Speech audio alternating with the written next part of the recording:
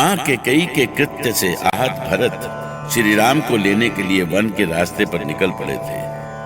उनकी विशाल सेना और जाने कितने ही अयोध्यावासी उनके साथ हो लिए। इसी रास्ते पर वो सारे लोग विश्राम कर रहे थे, पर भरत की आंखों में नींद नहीं थी। वो तो राम की यादों में खोए हुए थे। वो सारे दृश्य एक एक कर उनकी आंखों के सामने घूम रहे थे, जो उन्होंने आज तक राम के साथ बिताए थे। पर दूसरी ओर निषाद राज उन्हें राम का शत्रु समझकर उन पर आक्रमण के लिए अपनी सेना तैयार करने में लगा था।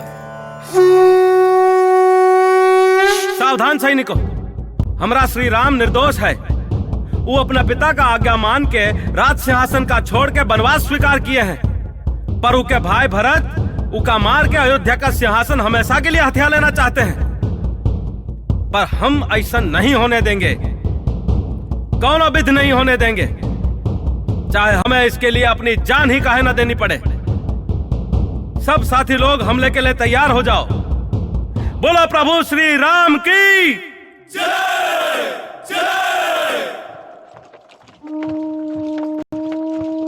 भैया राम की जय जयकार।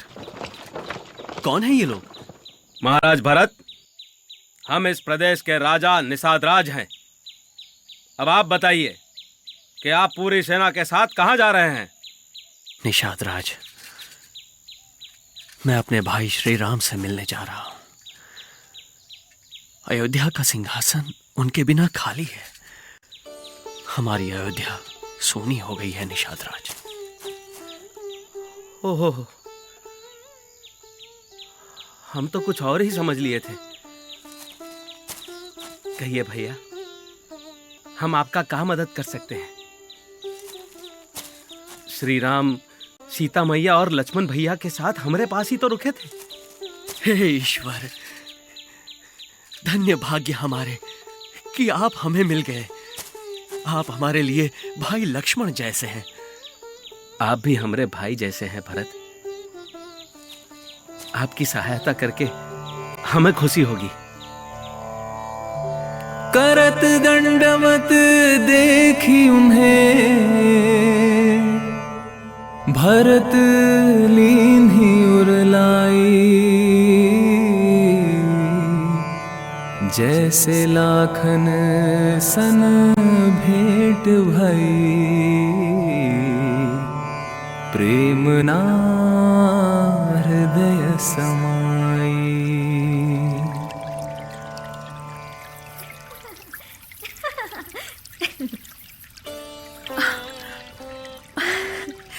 ये क्या कर रहे हैं स्वामी? मेरी एक वेणी के लिए इतने सारे पुष्प। लगता है जैसे पंचवटी के सारे पुष्प आपने मेरे श्रृंगार के लिए ही इकट्ठा कर लिए हैं। क्या पुष्प श्रृंगार की अपनी ये कला आपने मेरे लिए ही छिपा कर रखी थी? ये कला आपके ही सुंदर रूप की देन है सीते। आपकी खुली वेणी देखकर लगा जैसे पंचवटी के सारे पुष्प आपकी वेणी की शोभा बनने की गुहार कर रहे हैं। ये देखिए, ये पुष्पहार मैंने इसे आपके लिए अपने हाथों से बनाया है।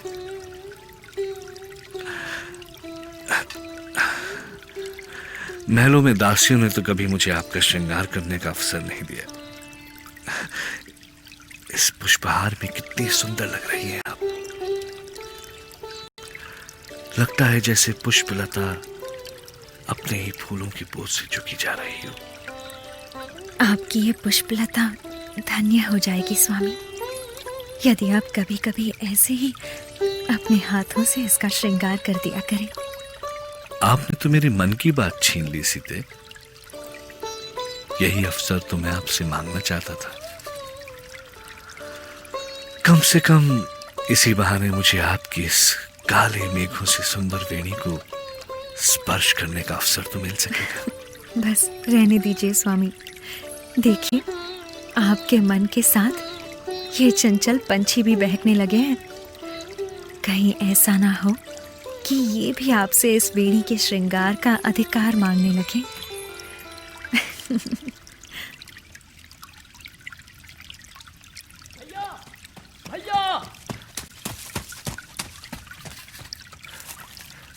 वो देखिए भैया, देखिए उत्तर दिशा में धूल का बादल उठ रहा है। लगता है किसी राजा की सेना चली आ रही है।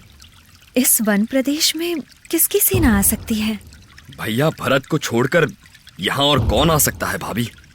किंतु भरत सेना के साथ क्यों आएंगे लक्ष्मण? राज सिंहासन पर अधिकार करना है तो सेना लेकर ही तो चलना होगा भैया। पर मैं उन्हें ऐसा नहीं करने दूंगा, चाहे मुझे उन पर अस्त्र ही क्यों ना उठाने पड़े। रुको लक्ष्मण, रुको। बिना सच्चाई जाने शस्त्र का प्रयोग अनुचित है। आप ये क्यों भूल रहे हैं भैया कि भरत महारानी कैकेयी के पुत्र हैं। वो आपको चैन से नहीं रहने देंगे, इसीलिए आज मुझे मत रोकिए। सेना के साथ भरत को अपनी ओर आता देखकर लक्ष्मण क्रोध से कांपने लगे। उनके हाथ धनुष पर कस गए। उस पल यदि उनके धनुष से बाण निकल जाता तो कैसी अनहोनी हो जाती। तुम कैसी बातें कर रहे हो सौमित्र? महारानी कैकेयी ने जो कुछ भी किया है उसे देखने के बाद उनके पुत्र पर आप विश्वास कर सकते हैं तो कीजिए, मैं नहीं करूंगा। इन्हें रोकिए स्वामी। रुक जाओ लक्ष्मण, रुक जाओ, नहीं तो आज वो हो जाएगा जो कभी होना नहीं चाहिए। श्री रामचंद्र की जय! श्री रामचंद्र की जय! श्री रामचंद्र की जय! देखिए स्वामी, भैया भरत सारी सेना के साथ आपकी जय जयकार कर रहे हैं। इनकी भावनाओं को ना समझकर भैया लक्ष्मण ने कितना बड़ा पाप किया है। हाँ सीते, हाँ। देखो कैसे भागे चले आ रहे हैं हमारी ओर। उनके आंसू थमे नहीं थमते।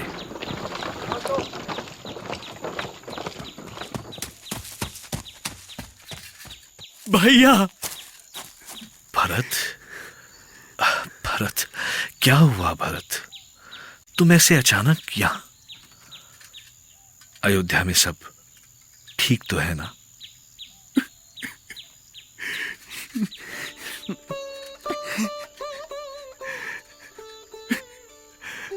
भैया, आपने मुझे भुला दिया भैया। आपने अपने भरत को भुला दिया। नहीं भरत, नहीं। मैं तुम्हें कैसे भूल सकता हूं भला? भैया, मुझे दुख इस बात का नहीं है कि माता कैकेयी, महाराज दशरथ और गुरुदेव वशिष्ठ ने मुझे नहीं पहचाना। दुख तो इस बात का है कि मेरे राम भैया ने भी मुझे नहीं पहचाना। ऐसी बात नहीं है भरत। मैं तुम्हें और तुम्हारे कोमल मन को भली भांति जानता हूं। यदि ऐसा है तो आपने अयोध्या क्यों छोड़ दी भैया? क्यों छोड़ दी? राज सिंहासन क्यों छोड़ दिया? क्या आपने ये सोच लिया था कि आपके बिना मैं अयोध्या में रह सकूंगा? इसे तुम्हें समझना बहुत कठिन है भरत। पहले ये बताओ कि हमारी अयोध्या कैसी है? पिताश्री कैसे हैं? माताएं कैसी हैं? भैया, यदि आप माता और अयोध्या का भला चाहते तो इस वन में आते ही नहीं। आपके बिना माताएं सुखी कैसे रह सकती हैं भैया? कैसे रह सकती? भरत सत्य कह रहे हैं राम।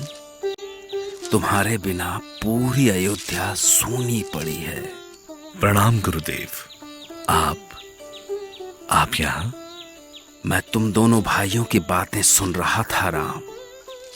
इस वनवास की सच्चाई चाहे जो कुछ भी हो, परंतु अयोध्या कुमारों का प्रेम अटूट है।